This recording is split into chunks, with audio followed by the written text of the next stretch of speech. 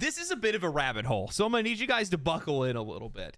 I saw a story that was talking about how Moon Studios, the makers of Ori and No Rest for the Wicked, were essentially going to have to shut down because of negative reviews, and that their CEO was essentially begging for positive reviews to keep the studio open.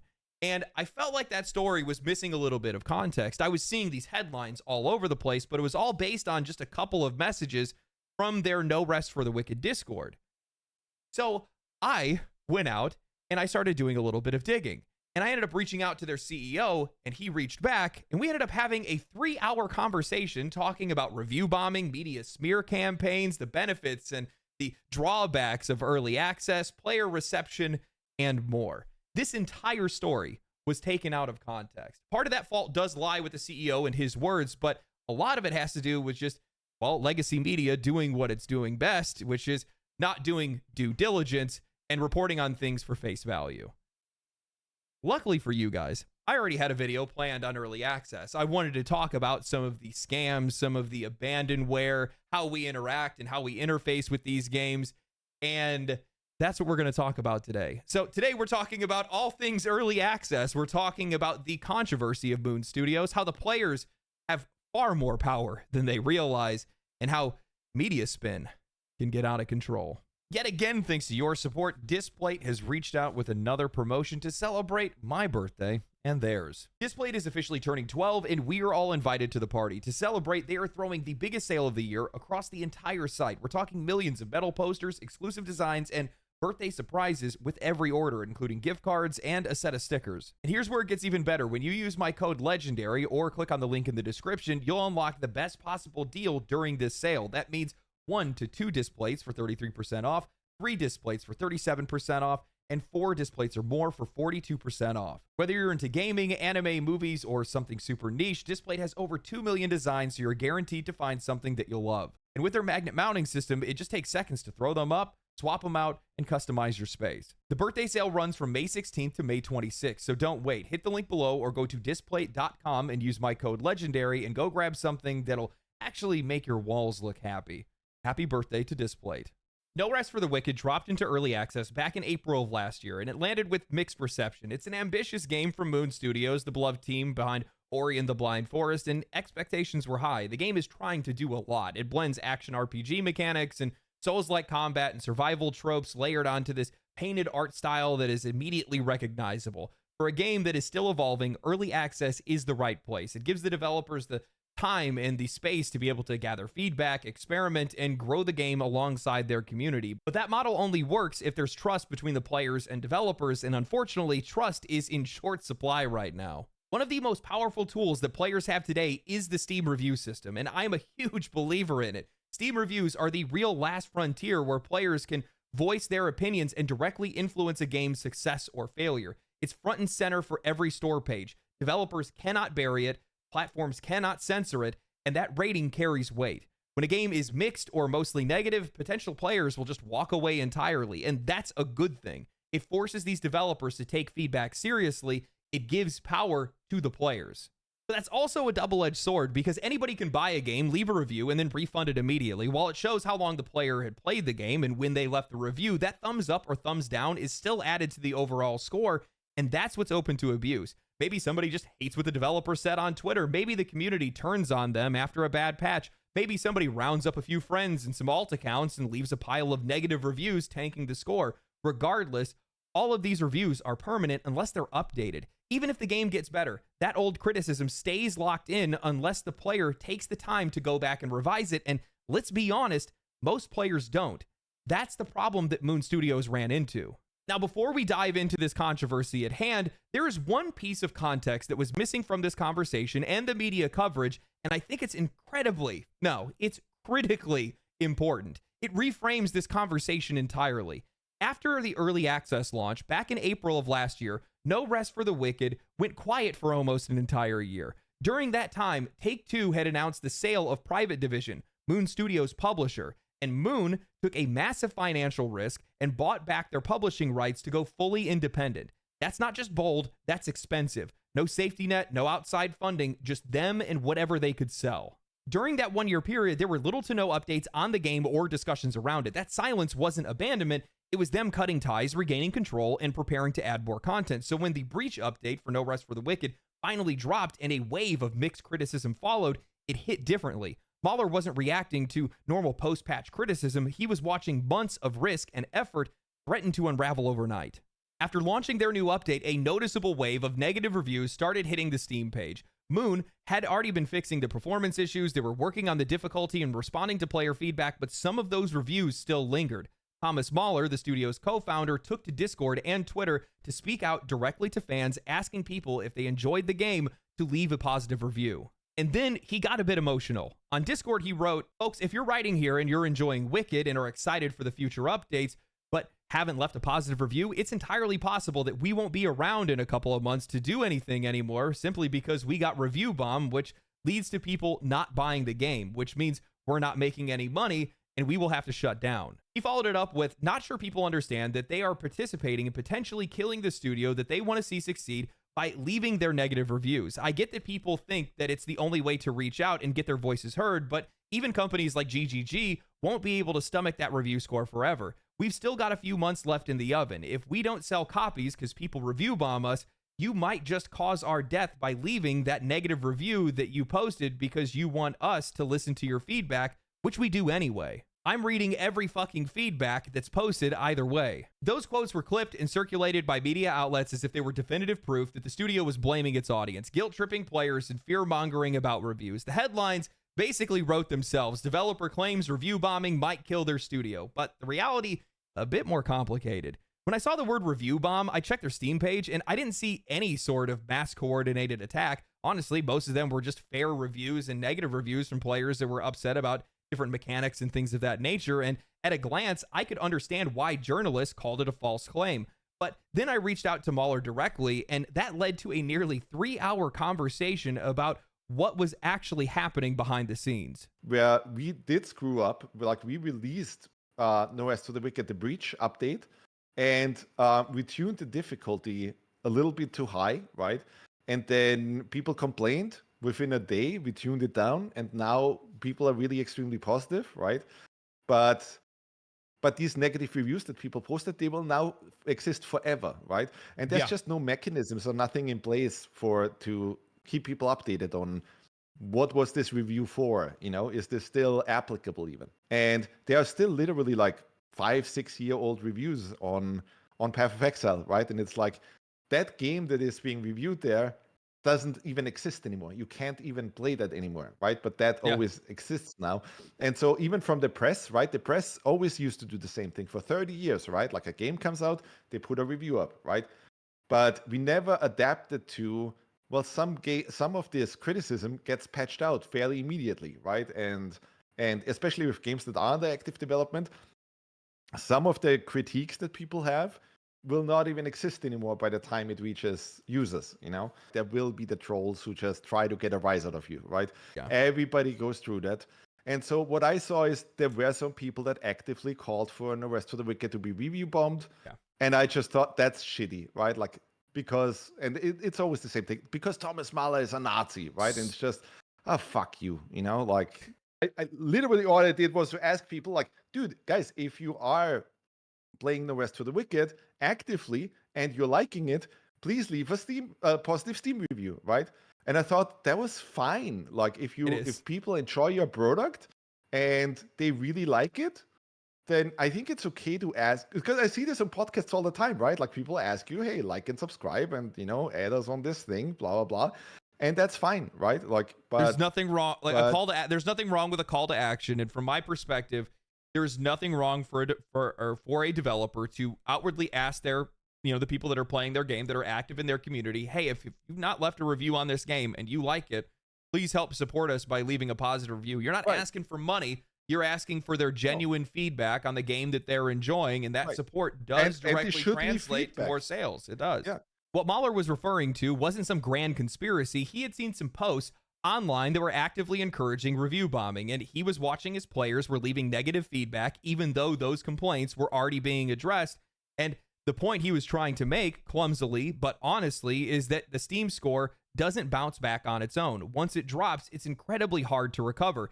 especially for smaller studios without massive marketing budgets or second chances. And that's the real source of the frustration, the permanence of player feedback and press coverage. This is actually what inspired me to make the video in the first place, because I've been increasingly annoyed watching legacy media publish scored reviews for early access games that are clearly not finished, and then they never update them, or they just wait for a 1.0 release regardless of how much time it takes. No Rest for the Wicked sits at a 7 out of 10 on OpenCritic and on Metacritic. All of those reviews are over a year old. None of them have been updated, even though the game has changed significantly. Those scores just sit there. No corrections, no updates, no responsibility, just a scarlet letter for them to carry into every single future sale. And Mahler knows that. Moon Studios knows that. It's part of the reason why there is so much tension between them and the press. And that tension didn't start with No Rest for the Wicked. It's the very reason why Mahler took to Twitter following the slew of articles saying that the studio was under threat of shutting down, upset over them taking a conversation out of context and using a couple messages on Discord.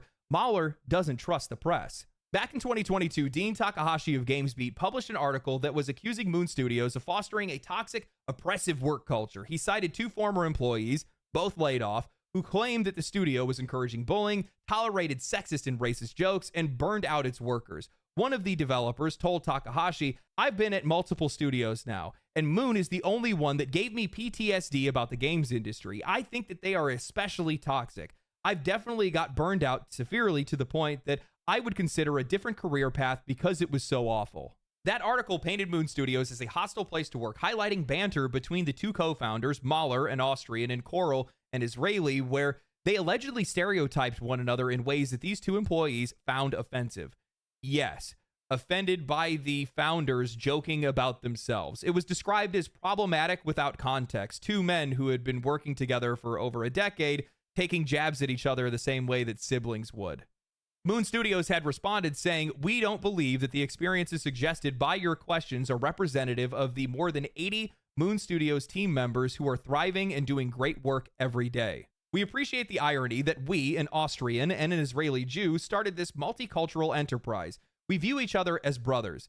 There have been some times that our teasing may have come off as insensitive, and that may have made others feel uncomfortable." Now, I want to be clear. No lawsuits, no formal complaints, no class action, just the word of 2 ex-employees and a mountain of headlines that followed. Every major outlet regurgitated this same story without any definitive evidence, and 3 years later, it's been total silence. Not a single word about this since then. That story stuck. It shaped perception. It shaped media perception more than anything else. It built this narrative that Moon Studios was toxic, and every misstep since then has been viewed through that lens. This is one of my issues that I have with modern media today, and it's once these claims are made, allegations without no legal investigation, that stigma stays, and it tends to frame future coverage of a studio and their games. Allegations become truth in the court of public opinion, especially in the media. I mean, hell, even the Kotaku article that's talking about Mahler asking players for positive reviews dropped the VentureBeat allegations at the end of their article, quite literally proving my point.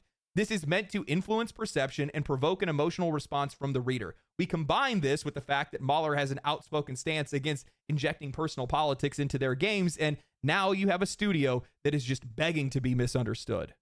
So with all of that in mind, when Mahler saw the Steam rating dropping, when he saw the negative reviews, the feedback wasn't budging even after fixes, when he started seeing comments online about potential review bombing, when he saw the press corps starting to run articles, he snapped. He responded emotionally, maybe irresponsibly, but not without reason. And that's the problem with early access, because the margin for error is razor thin. One miscommunication or bad patch could cost you your game. One round of bad press could cost you your studio, and all of it is relative to the size of the studio. And given the fact that Moon Studios is a small studio with no big marketing team or communications team, they're a forward-facing developer. You're hearing from the developers from themselves. Well, you have to be ready to listen to them in good faith because, well, their message isn't being cultivated. It's raw. And in some cases, they're going to misspeak, especially when English isn't their first language. You know, originally I wanted to make a video that was talking about how we perceive early access games and how the more popular it becomes, the more it's going to invite an audience that is looking for a final product, not looking to support ongoing work. I think Path of Exile 2 is a really good example of this because the game version is 0.2, and they've had some missteps for sure. I'm not going to try to protect them from that, but the game is a ways off from being completed. And you're going to see a lot of people that are talking about the game like it's a permanent failure. And to some people, it already is a permanent failure in their eyes. And that has an impact on that game's future. And I think that's what makes it really tough from both a player and a developer perspective, because I don't want Steam reviews to change, right? No shot. I don't want that power taken away from us. But I can also understand how nervous it makes a developer seeing a bunch of negative reviews stick to your page and people trying to use that as feedback, not actually as, just leaving a general review. And I understand why they would want that to change, but I don't want that to change. I understand that pressure. I want it to make them nervous, right? But at the same time, depending on the size of the studio, we could very well kill the game because of doing that. But at the same time, we need that threat because that's useful to us. It's a balancing act more than anything else. From our perspective, it's feedback. From their perspective, it's review bombing. That's the miscommunication that's happened here. It frustrates me to no end that this angle was not explored and that nobody reached out to Moon Studios for comment except for me. The most gracious YouTuber, apparently. I have no idea. But early access is an odd beast. It's still in its infancy. There's a lot that we don't understand, and there's a lot that the developers don't understand. And with more games going into early access, with more developers becoming far more dependent on the players, and also in a lot of cases on the media, something has to change.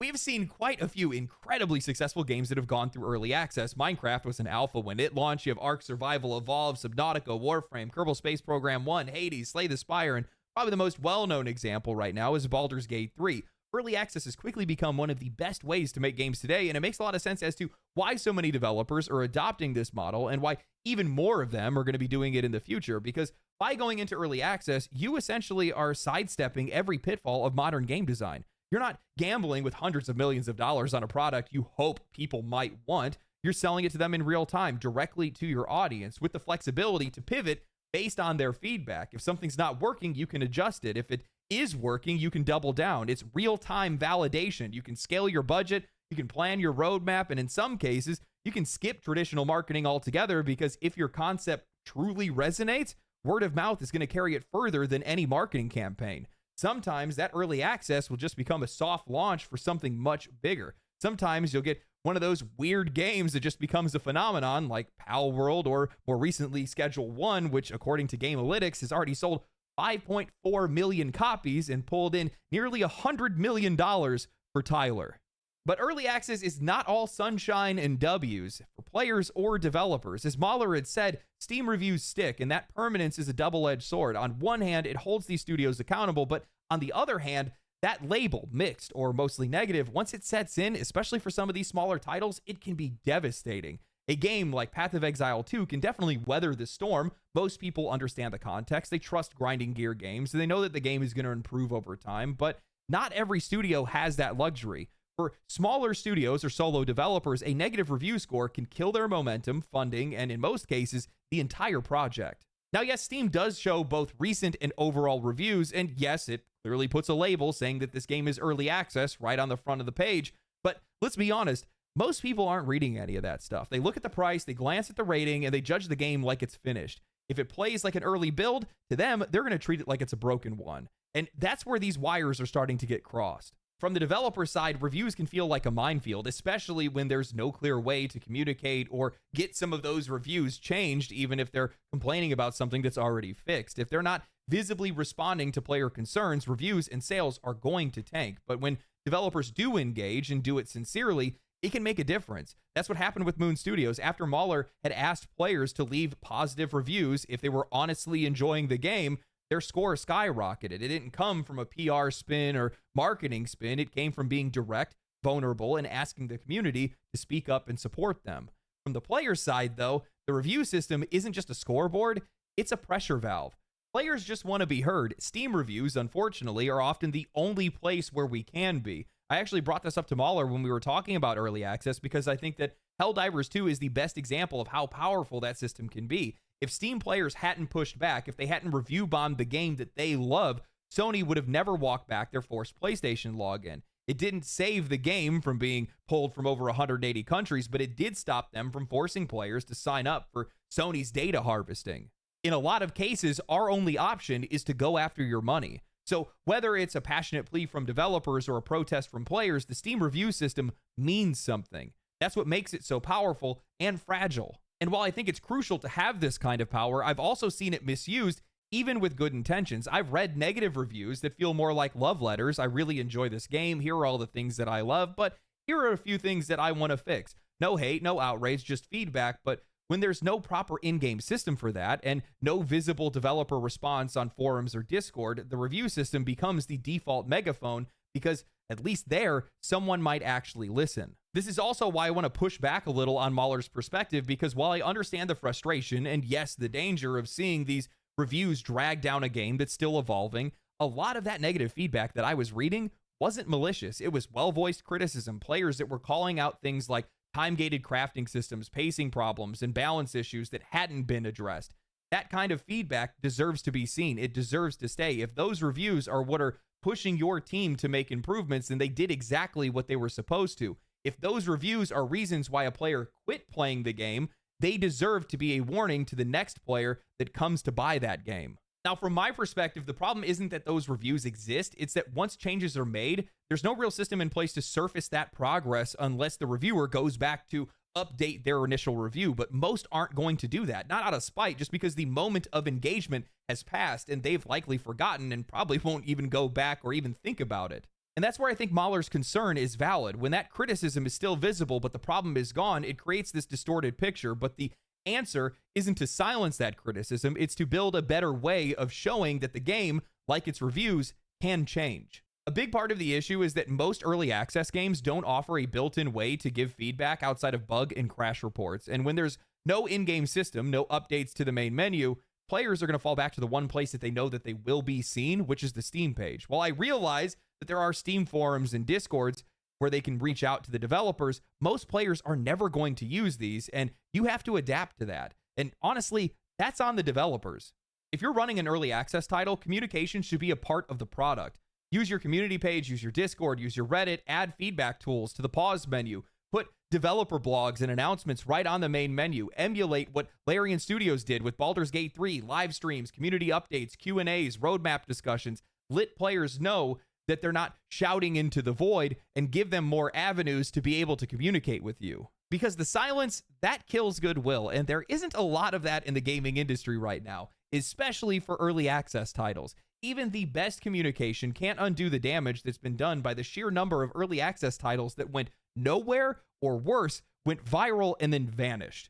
And that might be the core issue here, because the more players that are getting burned by early access games, the more jaded they become. They stop seeing these developers as artists or collaborators, and they start seeing them as risk factors. It's why a lot of players, in a lot of cases, resort to Steam reviews to voice their frustrations, and frankly, that skepticism is earned. I mean, Kerbal Space Program 2 launched into early access at $50, unoptimized, unfinished, and riddled with problems. The studio was shut down, the staff was laid off, and the game still sits on Steam this day with no meaningful updates, no refund policy, and no future, just a price tag and broken promises. And that's not even the worst case. We've seen outright scams. The Day Before was once one of the most wishlisted games on Steam that turned out to be a flat-out lie. Its developers yanked it from sale days after launch, claimed bankruptcy, and vanished. Luckily, Steam stepped in to give players their money back, but regardless, players are going to remember that. And then there's BattleBit Remastered, not a scam, but arguably one of the most baffling early exits in recent memory. The game exploded, selling over 5 million copies, and then nothing. The developers ghosted the audience. Promises of updates, more maps, modes, content, and polish, it all evaporated. Just a game frozen in time as they ran off with the money. These are stories that linger. These are cautionary tales, and every time one of these things happen, the player's tolerance for risk starts to shrink more and more. They become more combative, more skeptical, and more quick to punish even legitimate early access titles that are trying their best. And yet, despite all of that, early access still matters, because when it works, it is magic. It gives developers a lifeline, it gives players a voice, it builds a shared experience. Games like Baldur's Gate 3, Valheim, Deep Rock Galactic, and Dead Cells wouldn't be what they are without it. This model has produced some of the most community-driven and financially successful games of the last decade. But if early access is going to have a future, Something has to change. Maybe scored reviews need to be held off until 1.0. Maybe Steam needs to have a visible marker for games that have changed significantly since a review was posted. Maybe players need better in-game ways to be able to send feedback, and maybe developers need to stop hiding behind the idea of early access as an excuse to ship broken, unsupported content, because what early access isn't or shouldn't be is a shield from accountability. Early access is still young. The system is flawed. The expectations are messy, but it's not broken, not yet. It just needs more honesty from players, from developers, from the media, from everyone. I love early access. I think that it is one of the most special and rich experiences players and developers can have in this hobby right now. Nothing beats being able to see your feedback actually shape a game, and nothing beats being able to deliver exactly what players are looking for.